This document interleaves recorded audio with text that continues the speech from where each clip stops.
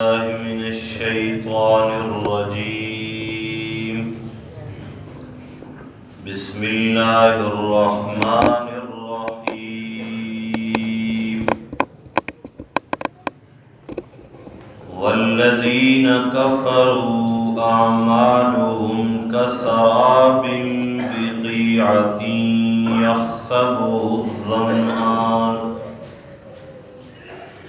يحسبه الظمآن ماء حتى إذا جاءه لم يجده شيئا ووجد الله عنده فوفاه حسابه والله سريع الحساب. صدق الله مولانا العظيم. 18واں پارہ سورۃ النور، آیت نمبر 39 اور 40 کا ترجمہ انشاءاللہ العزیز عرض کرنا ہے. ان دو آیتوں میں اللہ رب العزت نے ایک سوال کا جواب دیا. ایک ذہن میں سوال آتا ہے کہ ایمان والے بھی اچھے اعمال کرتے ہیں اور کافر بھی کرتے ہیں، ایمان والے بھی رب کو پکارتے ہیں اور کئی باطل مذاہب والے بھی رب کو پکارتے ہیں، تو کیا اللہ سب کو اعمال پر برابر جزا دے گا، جس میں مومن اور کافر کا کوئی فرق نہیں ہوگا؟ اگر ایسا ہی ہے کہ کوئی فرق نہیں تو پھر مومنوں کو اتنی مشقت اٹھانے کی ضرورت کیا ہے؟ اور دراصل اس جواب کے بعد ان روشن خیالوں کے اس سوال کا جواب بھی آ جائے گا جو مسلمانوں کے اعمال اور کافروں کے اعمال کا موازنہ کرتے ہیں، اور وہ یہ کہتے ہیں کافر بھی اتنی خیرات کرتے ہیں، مسلمان بخیل ہیں، پھر ہم سے تو وہ اچھے ہیں. وہ اعمال میں ایمان والوں اور کافروں کا موازنہ کرتے ہیں، جبکہ یہ غلط ہے. قرآن نے ان کے اعمال کو کوئی عمل ہی نہیں سمجھا ہے، وہ چاہے جتنا ہی اچھا کیوں نہ ہو. ایمان کے بغیر اور ایمان کی روشنی اور توحید اور اللہ کی پہچان کے نور کے بغیر عمل کی حیثیت ہی کوئی نہیں. قرآن کی یہ دو مثالیں سورۃ النور کی آیت نمبر 39 اور 40 یہ یاد رکھیے گا، اور جو یہ بات کرے اسے یہ کھول کر بتائیے گا. اب دیکھیے، کافروں میں دو لوگ ہوتے ہیں. ایک وہ ہے جو اچھے اعمال کرتے ہیں اپنے نظریے کے مطابق کہ ہمیں ان کا فائدہ ہوگا. اب بظاہر وہ کتنا ہی اچھا عمل کیوں نہ ہو، وہ کسی کو راشن دے رہے ہوں، خیرات کر رہے ہوں، کسی کا بوجھ اٹھا رہے ہیں، جو مرضی کر رہے ہیں، بظاہر اچھا عمل ہے، لیکن یہ دنیا کی حد تک ہے، آخرت میں کوئی چیز نہیں. دیکھیے اس کی مثال، فرمایا والذین کفروا، جو کافر ہیں، اعمالہم، ان کے اعمال کا حال اور مثال کیا ہے؟ کسراب، چمکنے والی ریت کی طرح. اور یہ ریت بقیعۃ، ایک چٹیل میدان میں ہو. یحسبہ الظمآن ماء، پیاس سے مارا ہوا بندہ اس ریت کو پانی سمجھتا ہے. یہ ترجمہ کر رہا ہوں. حتی اذا جاءہ، یہاں تک کہ جب وہ بڑی مشکل سے پانی کی آس اور امید لگا کر وہاں پہنچتا ہے تو لم یجدہ شیئا، وہاں کوئی چیز نہیں پاتا. اب یہ ترجمہ ہے. اب مطلب کیا ہے؟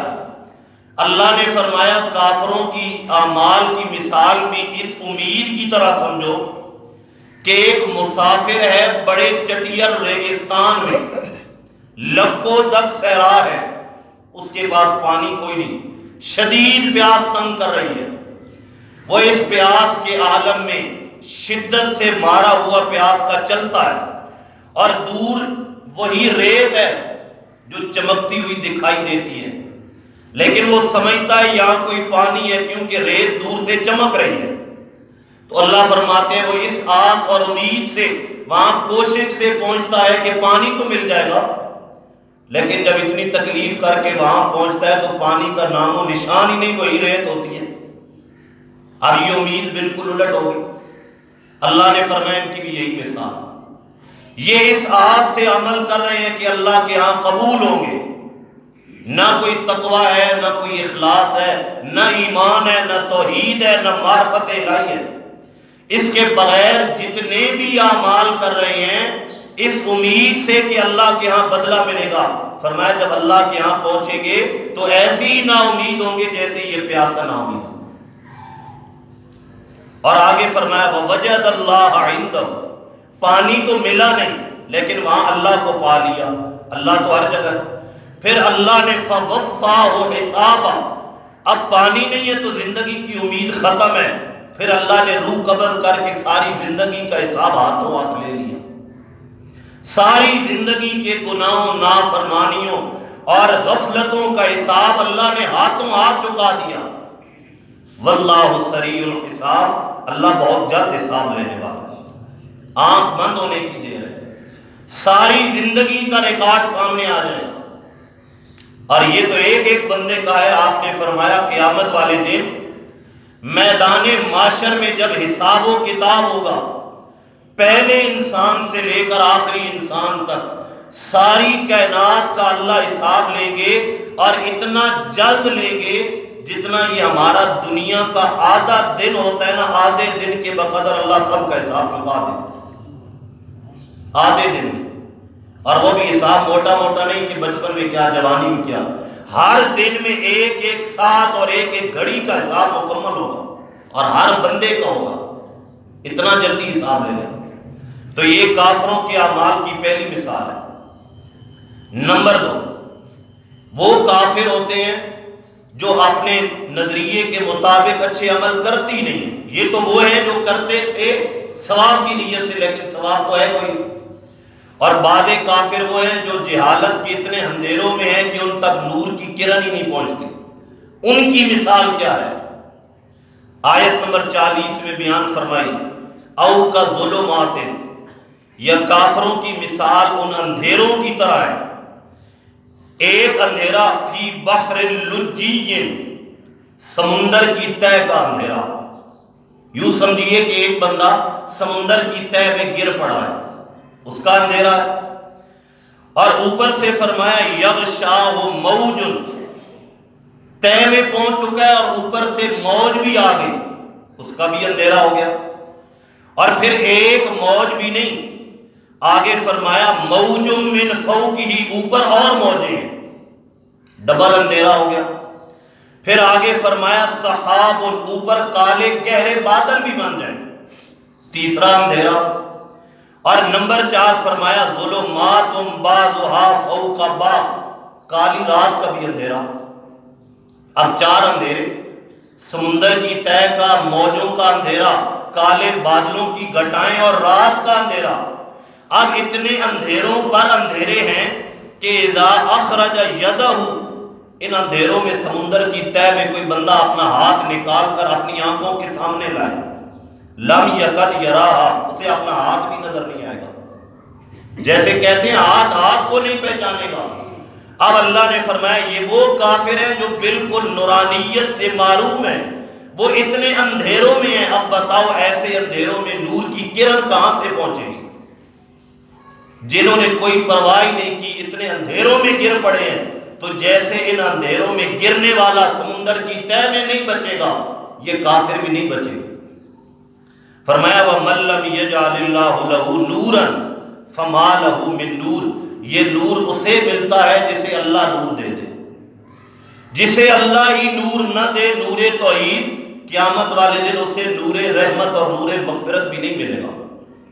ایک اور مثال 13ویں پارے میں بھی ہے، فرمایا مثل الذین کفروا بربہم، ان کافروں کی مثال جو اپنے رب کا انکار کرتے ہیں، اس کے ساتھ شرک کرتے ہیں، اس کی صفات میں غیروں کو شریک بناتے ہیں، فرمایا ان کے اعمال کی مثال کیا ہے؟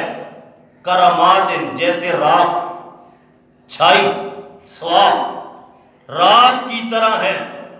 اشتدت بہ الریح، وہ راکھ اگر کسی پتھر پہ رکھ دی جائے اور اوپر سے تیز طوفان اور آندھی چلے تو اس آندھی اور طوفان کے بعد اللہ نے فرمایا بتاؤ راکھ بچ جائے گی؟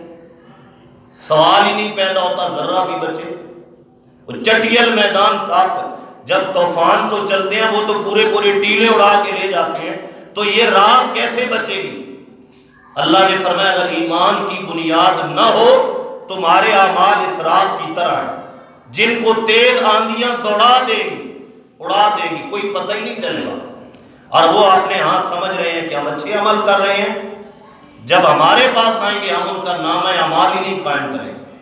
اس وجہ سے آپ صلی اللہ علیہ وسلم نے فرمایا قیامت کے دن ایک کافر آئے گا جو بڑا موٹا تازہ ہوگا، بھرا ہوا، اللہ کی بارگاہ میں آئے گا، جب نامہ اعمال پہ رکھا جائے گا، اس کا حساب کیا جائے گا، ترازو کے پلڑے پہ چڑھایا جائے گا، اس کا وزن اتنا بھی نہیں ہوگا جتنا مچھر کے پر کا ہوتا ہے، حالانکہ بڑا کافر ہے، بڑا مالدار ہے، بڑی خیراتیں کرنے والا ہے، بڑی تعاون اور نیکیاں کرنے والا، لوگوں سے بھلے کرنے والا۔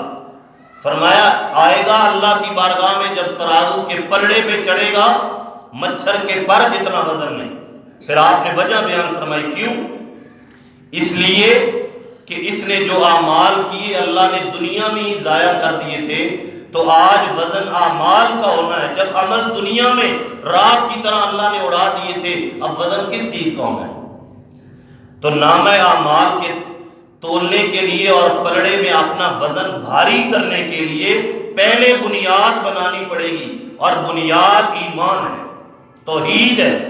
توحید مل گئی، اگر کوئی چیز بھی نہ ملی تو ایک نہ ایک دن اللہ بخش دے گا۔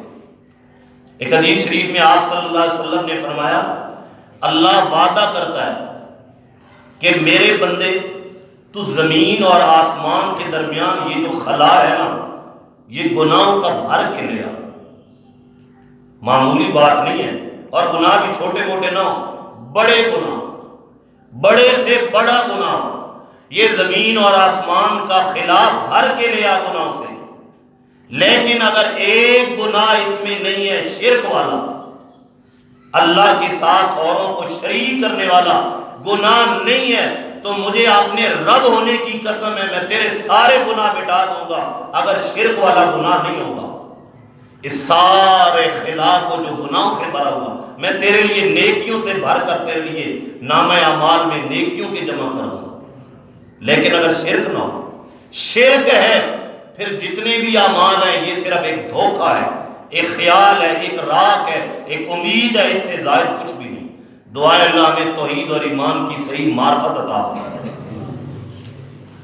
اللہم انت السلام۔